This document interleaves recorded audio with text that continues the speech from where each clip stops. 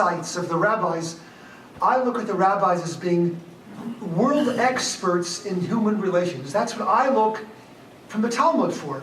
When I talk about, for example, being a mensch or things, I look for rabbinic models and see how we can apply the insights to ourselves. I'll tell a personal story. What's supposed to happen is the kids are supposed to grow up, be independent, leave the house and go on, leave the parents with some peace. So my kids didn't do that. So we came home to our parents, our kids in Jerusalem, said to them, well, if you're not leaving, then we're leaving. So we gave the kids the apartment. We moved into town in Jerusalem to be near my mother and near my in-laws, and the kids in the apartment. They were doing just great there. And it was free until we said, in 2 months, we're going to begin charging you rent. Within 30 days, they all were out of there. So I think that they were kind of waiting. But interesting. I would have kept them there forever. But my wife says, can't do that. They have to be independent. If you make it too easy, they'll never get out. And this, which is also our saying, what do you do when you disagree? So I kind of, I was prepared to go along. I was kind of passive aggressive. So I said, okay, we'll try it. But I always reserved my back. I can say that, but she was right. I'm telling you she was right. She knew it. It depends on the kind of whole future of the Jewish people depends upon this boy. And Sarah's not prepared to compromise. Within the nuclear family, there's no room for Ishmael. If God gives him a blessing, Baruch Hashem. But that's not her job. That's God's job. Sarah understands the stakes. Is she assertive? You bet. Is she protective? Absolutely.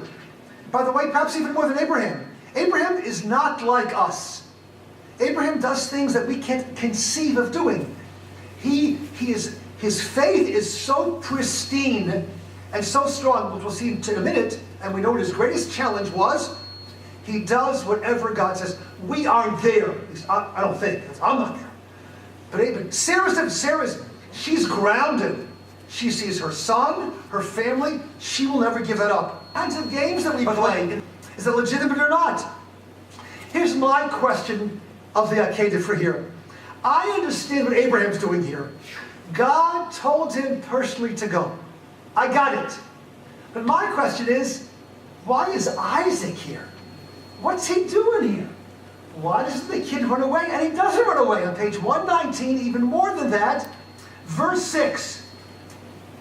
Abraham took the wood for the burnt offering, and the two walked off together. That's in verse 6. And in case you missed it, verse 8.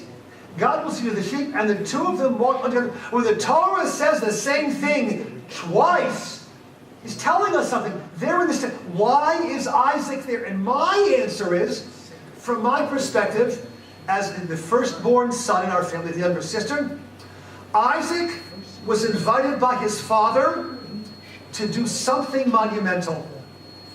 And he wouldn't miss that for the world, wherever it goes.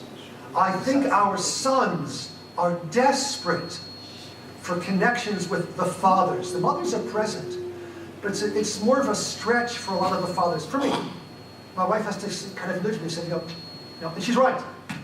Here, Isaac goes with his father wherever it leads. And I'll leave you with a question at this juncture. Who is the real victim of the Akedah, of the sacrifice story? Thank you.